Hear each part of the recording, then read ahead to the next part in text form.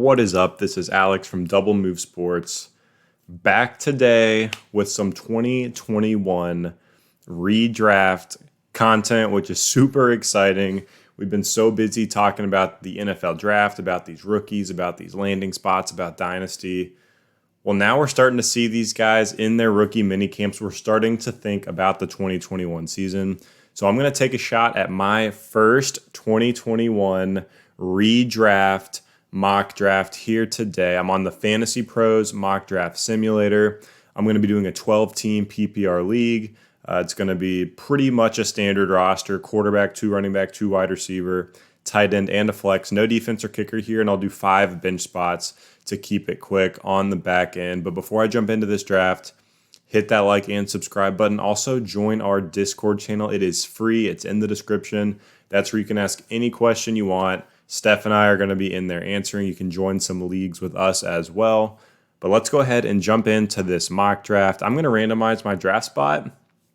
And of course, I'm at the 12. So we're going to go ahead and start this draft. It's going to be interesting to come off of the turn here in this mock. And what I've found myself liking to do in previous years, it's going to be interesting to see how my roster construction breaks down here. I like to come out of those first 3 rounds with at least 2 running backs, just because that round 4 through 6 wide receiver pool is so good. So let's take a look at the draft board, see who's there for me at 12. And of course, there's a ton of running backs going off the board early. We have McCaffrey, Dalvin, Saquon, Kamara, Derrick Henry, followed by Devontae Adams, Zeke, Tyreek Hill, Aaron Jones, Jonathan Taylor, and Nick Chubb. So a lot of really good tier 1 running backs off of the board. And here in round 1, I'm definitely looking at the running back spot. Ooh, I see Austin Ekeler there. It's a PPR league here, so that could be great. I like Joe Mixon a lot this year as well. Cam Akers is there, a younger prospect, a little bit more unproven. But I'm going to lock in a running back that I think has a really high floor, and that's Austin Ekeler. He's going to get receiving volume in the Chargers offense. He should see a decent amount of carries as well. Josh Kelly and Justin Jackson weren't quite it last season. They didn't invest any high draft capital in the running back spot. They spent some later draft capital on the running back spot. But Austin Ekeler still should be the go-to guy out of that backfield with Justin Herbert on a good offense. So I'm going to lock in Austin Ekeler, get a solid running back to start out this draft. And because I'm on the turn, I think there's just a great opportunity here to maybe take one of these top-tier receivers. Diggs, Hopkins, and A.J. Brown are still on the board. There's a ton of running backs I love. Fingers crossed that one of these guys can get back to me in round 3. Joe Mixon, I love him this season. I like Najee Harris as well. J.K. Dobbins, CEH, Sanders, Swift, Gibson, Akers. I'd be happy with any of those guys in round 3 on that turn. So I'm going to roll the dice here and chase after one of these wide receivers. And this might be a hot take, but I'm huge on A.J. Brown this season. I was a little bit off on him last year. I was fading him in drafts, and he proved me wrong. Now Corey Davis and Jonnu Smith are gone. The Tennessee Titans are going to have to throw the ball, and when they do, it's going to be going to A.J. Brown. So he not only provides that pop game potential with his big playability, but now he should get volume to back it up as well. So I'm going to lock in A.J. Brown as my wide receiver 1 and come out of this turn with Austin Ekeler and A.J. Brown, have a stud at each one of those positions. And again, fingers crossed that one of those running backs gets back to me, and it looks like a lot of them are flying off the board. Let's check out who went. We did see a lot of those tier 1 wide receivers go, so I'm glad I took A.J. Brown. We saw Diggs, Hopkins, Ridley, Metcalf, Thomas, Keenan Allen, Justin Jefferson go, along with Allen Robinson, McLaurin, Godwin, and CeeDee Lamb. And then at running back, we did see a big group of those guys go. Cam Akers, Najee Harris, Joe Mixon, Antonio Gibson, and DeAndre Swift. We saw some quarterbacks. We saw some tight ends. Mike Davis at the 307. That's not realistic. This FantasyPros mock draft simulator, ADPs are still probably shaking out, and it's the best tool I've found to date. So if you find something that's even more accurate than FantasyPros, please let me know, and I will check that out. But we're back on the clock at the 312, and there are some great options available at all sorts of different positions. I am definitely going to lock in a running back. I'm glad that these guys got back to me, Sanders, CEH, and J.K. Dobbins. I'm going to go with J.K. Dobbins here in Baltimore. I think he's going to be more and more involved this season. I know Gus Edwards is there. Lamar Jackson likes to run it, obviously, as well. But Dobbins is a fantastic RB2 for this squad. And then back on the clock, I'm not really considering quarterback here. The big 3 tight ends are gone. Otherwise, I'd be smashing them here at the back of the 3rd round. But I'm going to go with a wide receiver that I'm super, super high on for 2021. I can't believe his teammate CeeDee Lamb went in front of him. It's Amari Cooper. He was the wide receiver 1 in PPR leagues in the 4 games that Dak Prescott was healthy last season. Small sample size, but he was force-feeding Amari Cooper with a ton of targets. I just finished statting out the Cowboys for 2021, and I see Amari Cooper having a monster season. So to get him as my wide receiver 2 here feels like a steal. And now I'm coming out of these first 4 rounds with Ekeler and Dobbins at running back, A.J. Brown and Cooper at wide receiver. So I'm feeling stacked. I'm feeling balanced at every position. And coming back in rounds 5 and 6, I now can draft best available. Hopefully I can lock in a good RB3. We will see. But let's check out the draft board. And we saw a good mix of players go here. Julio ETN at the 403 is interesting. I'm not going to read all of them off, but I do have them on the screen here. James Robinson at the 409 is still a little bit early. I'm guessing his ADP is starting to shift back more and more, although if he ends up falling to the 6th, 7th round in these drafts, I think he could be a value as an interesting plug-in RB3 type of guy. We saw some quarterbacks go, some receivers as well. Jamar Chase at the 510. I think the hype is going to get real with him, and we're going to see him continue to climb. But I'm back up on the clock at the 512, and there's some good running backs still available here. David Montgomery, Josh Jacobs, Melvin Gordon, those would all be great RB3s for my roster, especially in PPR for a guy like a Melvin Gordon. Dak Prescott sitting there at quarterback, that's very tempting with Amari Cooper being my wide receiver 2. And then at wide receiver, there's still plenty of options, guys I could pick for my flex. I think I can wait and still pick up a really solid Chase Claypool or a Robbie Anderson or a Tyler Boyd or a Cortland Sutton, or is he off the board? Cortland Sutton's still on the board as well. So I think I can hopefully wait on a wide receiver. I am going to come out of this turn with Dak Prescott, who normally I don't like to go quarterback this early, but with that Amari Cooper stack, I think it's a fantastic pick here. He was on pace to have a monster season in 2020 if he didn't go down. And then I am going to come back to the running back spot and lock in David Montgomery, a guy who was a top 5 PPR running back last season, finally got more involved in the receiving game. I don't know how well that's going to translate now that Cohen and some of the other guys are healthy in Chicago, but Montgomery should just be a stable, solid RB3. So I'm going to lock him in for my roster here. So far we have Dak Prescott, Austin Ekeler, J.K. Dobbins, A.J. Brown, Amari Cooper, and David Montgomery. We started to see a quarterback run go, which is great because I kind of let off that quarterback run with Dak.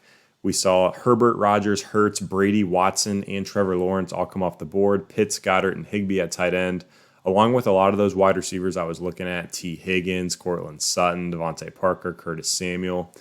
So back on the clock here, I definitely want to get a wide receiver at this turn. Tyler Boyd popped out to me. I think he's just such a value. They draft Jamar Chase, and everyone assumes that Tyler Boyd is going away. I still think he's a lock for 100, 110 plus targets in this high volume passing offense with Joe Burrow. There's enough room for 3 wide receivers there, especially with no tight end of consequence. I know they have, Thaddeus Moss and Drew Sample, but those guys aren't going to be commanding 5 targets a game, 6 targets a game. So Tyler Boyd is my wide receiver 3 as my flex. I think is a great fit for this roster. So I'm going to lock in Tyler Boyd. And now I'm going to kind of glance at the tight end spot.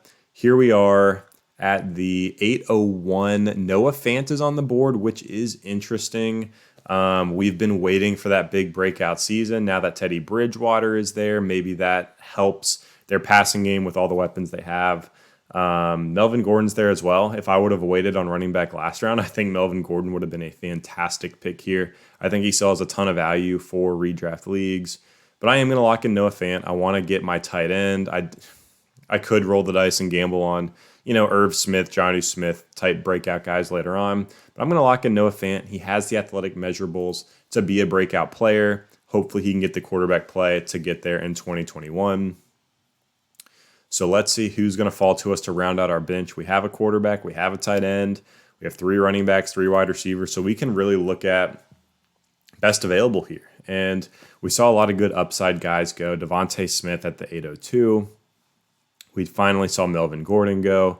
Javonte Williams, Jerry Jeudy, I think is a great pick in the 9th round. Incredible value there. I expect his ADP to continue to rise. Jalen Waddle would have been a nice rookie to take a shot on. Rondale Moore. So let's see who we got. I'd love to get at least 1 more running back and 1 more wide receiver for this team. I love Michael Gallup this season as well, but I do already have Amari Cooper. Is Elijah Moore still available? He's a guy I've had my eye on. I really like him in these dynasty leagues, and I think he could be a PPR monster this season if he takes over for Jamison Crowder. But there's a running back I got my eye on here. It's A.J. Dillon in Green Bay. He's my RB4, so I'm going for upside here. And I think A.J. Dillon is just one of these high-value handcuffs where if something were to happen to Aaron Jones, if he were to miss time for whatever reason, A.J. Dillon's going to be a workhorse. They drafted him in the second round just a season ago. He got a couple opportunities in 2020, and he made the most of it when he got the carries. So I think A.J. Dillon is a high-value handcuff because he's got the upside if something happens to Aaron Jones, but he also should have some standalone value. Jamal Williams isn't there anymore, and A.J. Dillon should see 8 to 12 touches a game, even if Aaron Jones is active. So I like A.J. Dillon as an upside shot here.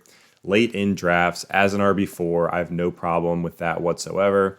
And now I'm back on the clock because it is the turn. Man, and there's a lot of receivers that I like here. Let's see if there's any tight ends. I already have Noah Fant, so I don't really need another one. I'm good at QB with Dak Prescott. So I'm just going to go ahead and lock in Michael Gallup. I know I have Amari Cooper, but why not hedge that bet a little bit? I think both of these guys can have fantastic seasons, even with CeeDee Lamb there. I have Dak Prescott already, so if I need to throw both into my lineup, who knows? If Dak Prescott has monster games in 2021, like he had every single game he played in 2020, there's definitely going to be opportunity for both Gallup and Cooper to produce. So I think Gallup's undervalued.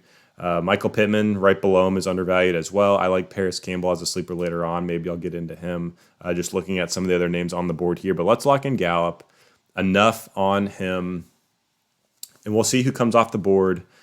And we'll have 2 more picks before this draft concludes. We finally are seeing some of these high-value handcuffs come off the board at the running back spot. I saw Nyheim Hines, Trey Sermon, Tony Pollard, Gus Edwards, Michael Carter, James Conner, a ton of these mid-tier running backs that aren't necessarily going to get a ton of volume, but should get a few touches a game and have value if the guy alongside of them or in front of them in the backfield goes down. So that round 10-11 looks like the time to snag the handcuffs for your roster. But let's see who we got here at the 11-12. We have 4 running backs, 4 wide receivers, a tight end, and a quarterback. So we're still kind of open to best available in terms of positional value. And I see a lot more value at the wide receiver spot here than I do at the running back spot. I see Paris Campbell, who I mentioned earlier. Who else do I like here? I think Darnell Mooney is interesting. Jalen Reagor, Henry Ruggs could both have breakout seasons after everyone's writing them off with bad rookie campaigns. But I'm going to go ahead and move down the board here and go with Elijah Moore, a guy I mentioned earlier.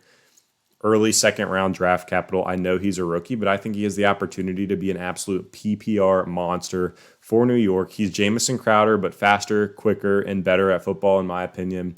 So I'm going to lock in Elijah Moore as a rookie upside guy on my bench. Now we're back. I'm not going to take another quarterback. Dak is going to be that guy. He's going to be that dude, and if something happens, I guess I'll stream the quarterback position, which should be fine in a 12-team, 1-quarterback league. There's no running backs that stick out to me. I think I'm good at wide receiver as well. So Noah Fant's my only tight end. I expect good things from him this season, but you never know. So I'm just going to take another gamble on the tight end spot for my bench. I'm going to go with Jonnu Smith in New England. Hopefully that passing game can take a step forward this season. They now have Mac Jones, who could end up getting some time at some point in 2021. So who knows? Jonnu Smith with target volume with a new system. He's a very athletic player, could produce. So I'm just going to roll the dice and hope that Jonnu Smith or Noah Fant hits, and that is going to do it for this draft. So really quickly, I'll recap my roster on the screen here. I have Dak Prescott at quarterback, Ekeler, J.K. Dobbins, David Montgomery, and A.J. Dillon at running back. At wide receiver, I have A.J. Brown, Amari Cooper, Tyler Boyd, Michael Gallup, and Elijah Moore. And at the tight end spot, Noah Fant and Jonnu Smith.